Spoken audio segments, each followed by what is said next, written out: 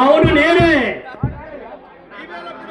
ఈయనే అప్పుడు మీరు ఇక్కడికి నీతో అత్యంతర పడి ఉండి వచ్చా. నాతోనా? ఇక్కడ ఈ మాయనకే ఇక్కడ అక్కడ పని పేదలేదు. ఎప్పుడు పడితే అప్పుడు ఎక్కడ పడితే అక్కడికి రావటమైన అలవాటు. ఇంతకీ మీరు వచ్చిన పని కళ్ళకొచ్చి ముందటైనా నాకు అలవాట్లేదు. ఇంకొద్ది క్షణాల్లో బొమ్మ నుండి ఏర్పాట్లు దిగుతున్నాడు. అదే కాదా ఇలాంటి వీటికేసే ఉంటుంది. దాన్ని తీసుకుని నా గడికి ఇవ్వాలి. బాస్ సమాధానం కాదు నాకు కావాల్సింది.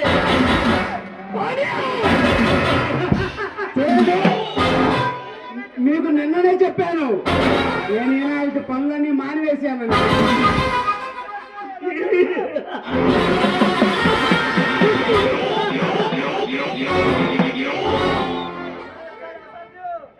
చక్రవర్తి అది అసాధ్యం. ఈ మహేంద్ర గాంధీలో చేరినోడు మానుకోవాలంట. ఇలాగే మనిషిగా బతకాలన్నా అది సాధ్యం కాదు. మహేంద్ర, నా పైన నీ అధికారం నిన్నటి వరకే. ఈ రోజు నుండి నువ్వెవరో నేనెవరో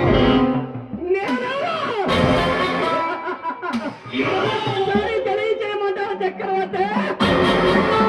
సుమారు 10 సంవత్సరాల క్రితం బజారులమ్మటి ఈసిరి ఎత్తుగా మధ్య మాట్లాడుకునే కుక్కల నడువున నిన్ను మొదటిసారిగా చూశాను. చాలు తెలిసి చాలు వేసి అవసరానికి కావాల్సిన డబ్బు ఇచ్చి ఆదుకున్నాడు.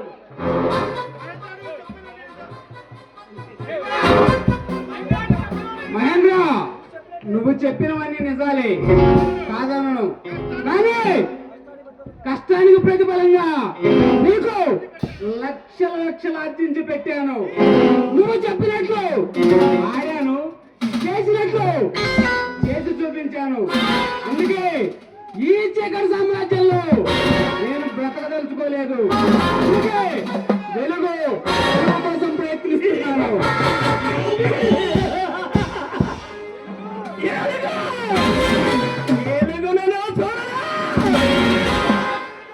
చూడు మహేంద్ర,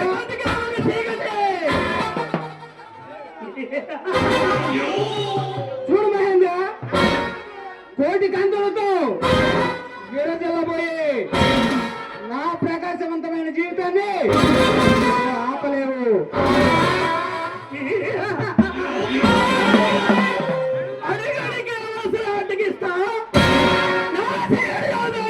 పెట్టాలని చూస్తే జీవితాంతం అంతగారు అడవిలో ఇస్తా. జాగ్రత్త మహేంద్ర, ప్లీజ్, నేను పూర్తిగా మారిపోయాను. నా భార్య పిల్లలతో నన్ను సుఖంగా బ్రతకనివ్వు. జానకి నన్నే సర్వస్వంగా భావించి బ్రతుకుతుంది. నా భార్య బిడ్డలతోనైనా నన్ను సుఖంగా బ్రతకనివ్వు.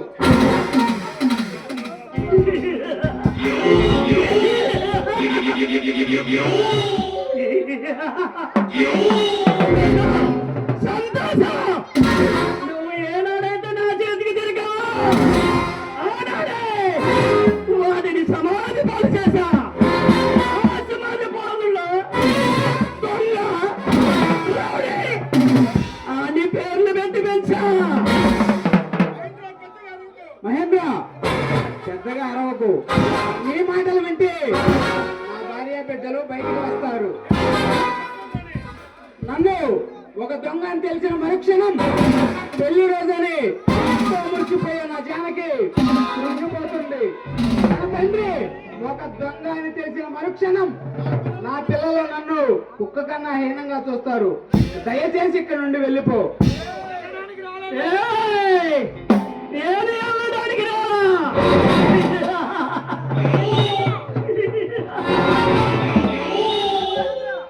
ఈ మహేంద్ర ఒక్కడికి ముందుకేస్తే ఎనక తీసుకోడు. అంత సులభమైన పని కాదు. చక్రవర్తి నా చేతి దగ్గర ఉన్నా పెట్టిన నాకు తీసుకొచ్చి ఇచ్చి ఆ తర్వాత డైమాన్సానికి ఇచ్చిరా. ఈ పని చేయగల ధైర్య మంత్రివే. నువ్వు అక్కడ మాత్రమే ఎల్లగ తప్పదా? చూడు మహేంద్ర, నేను వెళ్ళనంటే వెళ్ళను. ఎల్లవా?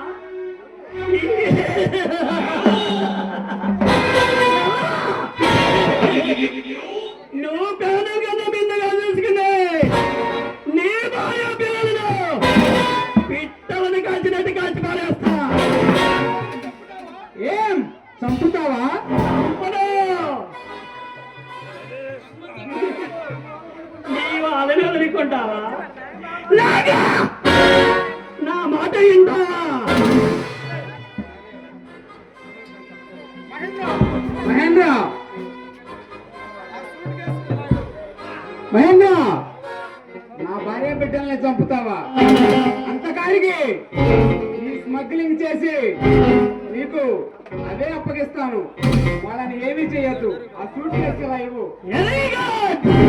మనసన్న వాడు ఇలా నీట్గా నిర్ణయం తీసుకోవాలి. ఓ, వెళ్ళు. ఆగు. మరో అరగంటలో ఇక్కడికి తిరిగి రావాలి. త్వరగా వెళ్ళు. చూడు మహేంద్ర, ఇదే ఆఖరిసారి. ఆ తర్వాత ఇటువంటి పనులు నాకు చెప్పనంటేనే నేను వెళ్ళి వస్తాను. అర్థమైందా? సరే వెళ్ళు. అలాగే వెళ్ళు. కానీ ఈ విషయం నా భార్యతో. వెళ్ళు. అలాగే మహేంద్ర. మరొక మాట.